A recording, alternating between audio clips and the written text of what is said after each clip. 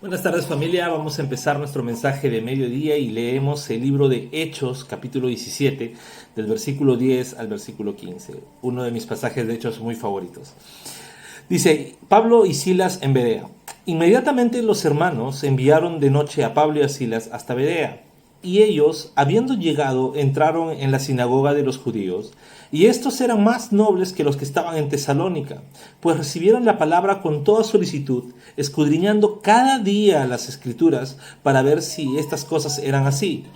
Así que creyeron muchos de ellos, y mujeres griegas de distinción, y no pocos hombres. Cuando los judíos de Tesalónica supieron que también en Berea era anunciada la palabra de Dios por Pablo, fueron allá y también alborotaron a las multitudes. Pero inmediatamente los hermanos enviaron a Pablo que fuese hacia el mar, y Silas y Timoteo se quedaron allí. Y los que se habían encargado de conducir a Pablo, le llevaron a Atenas, y habiendo recibido orden para Silas y Timoteo de que viniesen a él lo más pronto posible, salieron. Bien, aquí ya hemos leído también anteriormente que hubo un alboroto en Tesalónica de parte de los judíos que estaban en las sinagogas. Entonces Pablo, al ver ese alboroto y al seguir en su carrera de predicar el Evangelio, como nos dejó nuestro Señor, pues va hacia la ciudad de Berea, los enviaron a la ciudad de Berea.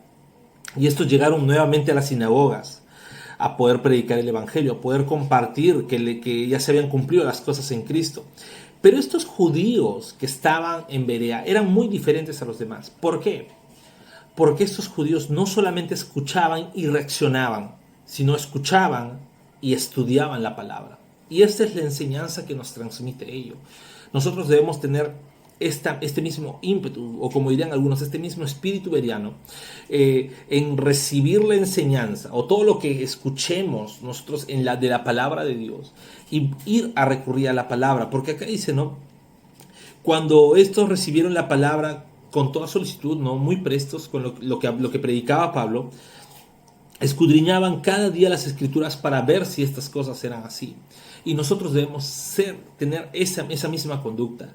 Escuchamos palabra de Dios y genial, nos vamos a sentir muy alegres, muy gozosos, pues nos gusta, como buenos hijos de Dios, nos gusta aprender de su palabra, pero debemos recurrir a la palabra y confirmar que lo que se nos enseñe está correcto de acuerdo a las escrituras. Debemos tener esto mismo. ¿Por qué? Porque es así. Recordemos que la palabra de Dios es la quien transforma, es la quien hace nacer de nuevo a las personas, y no lo que otro predicador pueda decir. Ahora, cuando vemos ello, estos hermanos de Berea, ¿no? Al principio había muchos que escucharon solícitos, tranquilos, no tenían ese afán de querer hacer revueltas, ¿no? O hacer alborotos porque Pablo y Silas estaban predicando. Si no escucharon, muchos de ellos se convirtieron, muchas mujeres griegas se convirtieron al cristianismo.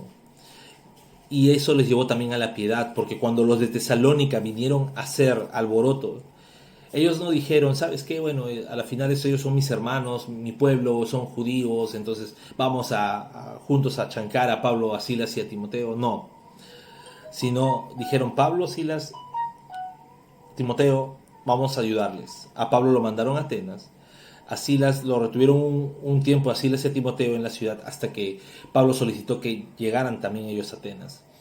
Esto demuestra que la palabra predicada por Pablo, por Silas y por Timoteo había hecho efecto en sus vidas, convirtiéndoles en una vida piadosa y misericordiosa, que amaban a su prójimo.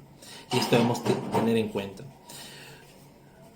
Puntos para de repente recordar este pasaje es: debemos ser como los bereanos, que estudian día a día la palabra para saber que todo lo que está alrededor, sea un post de Facebook, sea una prédica en YouTube, sea un mensaje motivacional, lo que sea, esté de acuerdo a la palabra. Debemos ser nosotros igual, y debemos dar este fruto de transformación por medio de la palabra, de ser piadosos con nuestro prójimo, de amar a nuestro prójimo, ¿sí?